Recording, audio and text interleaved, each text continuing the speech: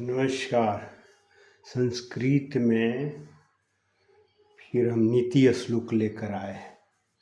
ये बिहार बोर्ड की पुस्तक पीयूषम है।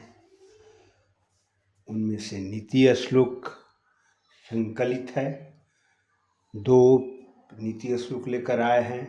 2 जो है ना, इसके पहले पढ़ाए थे, आज 2 पुनः लाए हैं। श्लोक है अनाहुतः प्रविशति बहुभाषते। अनाहुतः प्रविशति अपृष्टो बहुभाषते। अविश्वस्ते विश्वसीति मूढ़चेता नराधम। दूसरा श्लोक है एको धर्म परम श्रेय क्षमैका शांतिरोत्तमा विद्यैका परमा तृप्तिम अहिंसका सुखावहा। बता दें इसका इंट्रोडक्शन, इसके पहले भी बताया था। इस नीति श्लोक की लिखने वाले नीति विशारद कवि विदुर हैं। विदुर महाभारत के पात्र, महाभारत के उद्योग पर्व से यह नीति श्लोक लिया गया है। 33 से 40 अध्याय उद्योग पर्व से, महाभारत के उद्योग पर्व से यह नीति श्लोक संकलित है। महाभारत में कुल जो है 1,00,000 श्लोक है ना। महाभारत को पर्वों में बांटा गया है। उन पर्वों में एक पर्व का नाम है उद्योग पर्व, और इसी उद्योग पर्व से नीति श्लोक लिया गया है, जिसके लिखने वाले विदुर है। विदुर के संबंध में जो है राजा शांतनु और सत्यवती के वंशज ही ये विदुर कहे जाएंगे। राजा शांतनु और सत्यवती से 2 पुत्र पैदा हुए, जिनका नाम है चित्रांगद और विचित्रवीर। सत्यवती के मृत्यु के बाद इन दोनों पुत्रों का लालन पोषण भीष्म पितामह के द्वारा होता है। जब ये पुत्र सयाने होते हैं तो भीष्म पितामह के आदेशानुसार सबसे बड़ा पुत्र चित्रांगद गंधर्वों से युद्ध में जाता है, वहां मारा जाता है। उसके बाद छोटे पुत्र विचित्रवीर के सयाने होने पर उन्हें हस्तिनापुर की गद्दी पर बिठाया जाता है, और काशीराज की 2 कन्याएं, एक का नाम अंबिका, दूसरा का नाम अंबालिका, इन दोनों से विचित्रवीर की शादी होती है। तो अंबिका के गर्भ से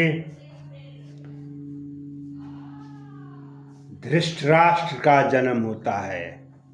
धृतराष्ट्र जो कौरवों के जनक थे, और अंबालिका के गर्भ से पांडु तथा अंबालिका के दासी के गर्भ से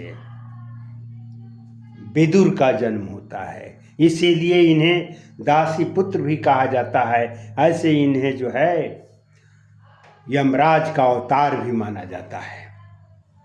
ये बड़े ही नीतियों में निपुण थे, नीति विशारद थे।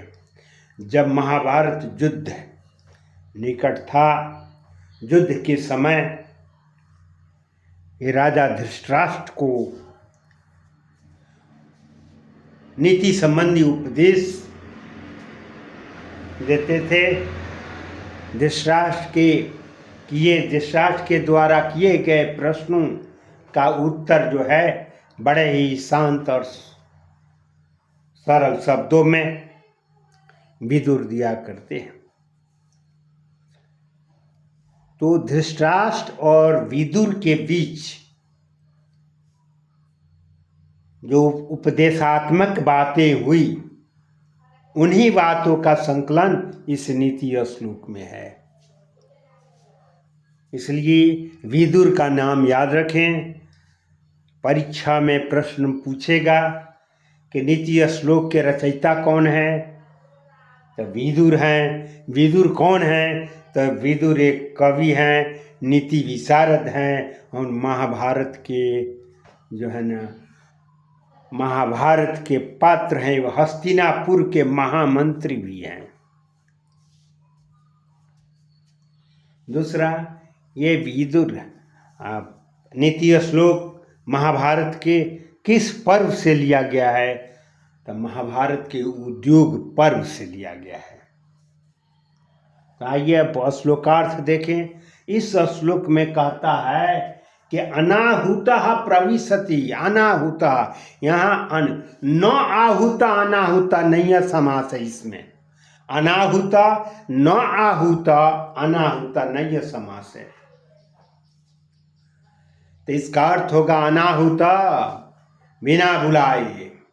अनाहुता प्रविशति, जो बिना बुलाए पहुंच जाता है न, कोई निमंत्रण कार्ड नहीं दिया गया फिर भी चला आता है, उसी को कहते हैं अनाहुता प्रविशति। बिन बुलावे जो आवे अनाहुता प्रविशति।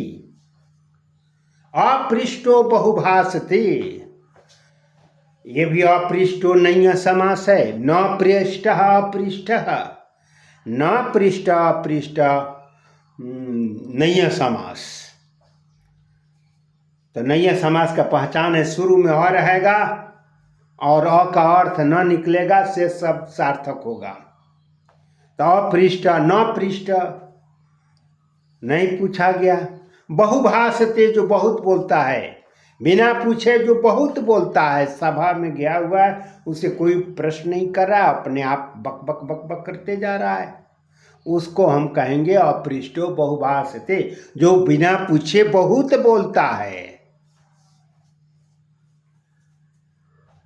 अविश्वस्ते विश्वसिति, अविश्वस्ते ये भी नहीं है समास, न विश्वस्ते अविश्वस्ते, जो अविश्वसनीय व्यक्ति पर विश्वास करता है। अविश्वस्ते मीन्स अविश्वसनीय व्यक्ति पर विश्वसिति माने विश्वास करता है। कहता मूढ़ चेता, मूढ़ चेता कहते हैं मूर्ख हृदय वाले को। नराधमा, नरों में अधम, यहाँ पर तत्पुरुष समास है नराधम। नरेषु अधम नराधम, नरों में अधम, नरों में नीच। मूढ़ चेता, मूर्ख हृदय वाला, वह मूर्ख हृदय वाला व्यक्ति मनुष्यों में सबसे नीच होता है। कौन होता है नीच? तो जो अनाहुता, जो बिना बुलाए पहुंच जाता है, बिना पूछे बहुत बोलता है, अविश्वसनीय व्यक्ति पर विश्वास करता है। तीन चीजें, एक हुआ बिना पूछे, बिना निमंत्रण दिए पहुंच जाना, तो वो ये बिना पूछे अनाहुता, बिन बुलाए आ जाना। पहला हुआ बिना बुलाए पहुंच जाना, दूसरा हुआ बिना पूछे बार बार बोलना, और तीसरा हुआ जो अविश्वसनीय व्यक्ति पर विश्वास करता है वह मनुष्यों में नीच होता है। मनुष्यों में मूर्ख हृदय वाला नीच होता है। एको धर्म परम श्रेय, विदुर जी कहते हैं एक ही धर्म परमो श्रेय, वो परम श्रेष्ठ होता है। एक ही धर्म परमो श्रेय, एक ही धर्म श्रेष्ठ होता है। आगे कहते हैं क्षमा का शांति उत्तमा, एक ही क्षमा जो है उत्तम शांति प्रदान करती है। एक ही धर्म श्रेष्ठ होता है और एक ही क्षमा जो है शांति प्रदान करती है।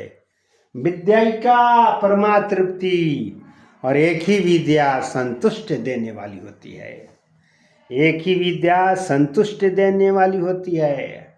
अहिंसा सुखावा और अहिंसा सुख प्रदान करने वाली होती है। तो ये परीक्षा में ये काफी महत्वपूर्ण श्लोक है, मिलता है, क्योंकि एको धर्म परम श्रेया, सबसे श्रेष्ठ क्या है, तो एक ही धर्म श्रेष्ठ है। दूसरा क्वेश्चन देगा तो उत्तम शांति कौन प्रदान करती है, उत्तम शांति क्षमा प्रदान करती है। और जो है संतुष्टि कौन प्रदान करती है, विद्या संतुष्टि प्रदान करती है। और सुख देने वाली क्या है, तो अहिंसा। हिंसा अब नहीं करते हैं, हिंसा से यदि हम बचते हैं तो उससे सुख मिलता है ना, हिंसा से सुख नहीं मिलता है, अहिंसा से सुख मिलता है। तो आइए फिर से एक बात, जो व्यक्ति बिना बुलाए आता है, बिना पूछे बार बार बोलता है और अविश्वसनीय व्यक्ति पर विश्वास करता है, वह मूर्ख हृदय वाला व्यक्ति मनुष्यों में नीच माना जाता है, अधम माना जाता है। एक ही धर्म श्रेष्ठ होता है, एक ही क्षमा उत्तम शांति प्रदान करती है, और एक ही विद्या जो है संतुष्टि प्रदान करती है, और अहिंसा हमें सुख देती है। धन्यवाद।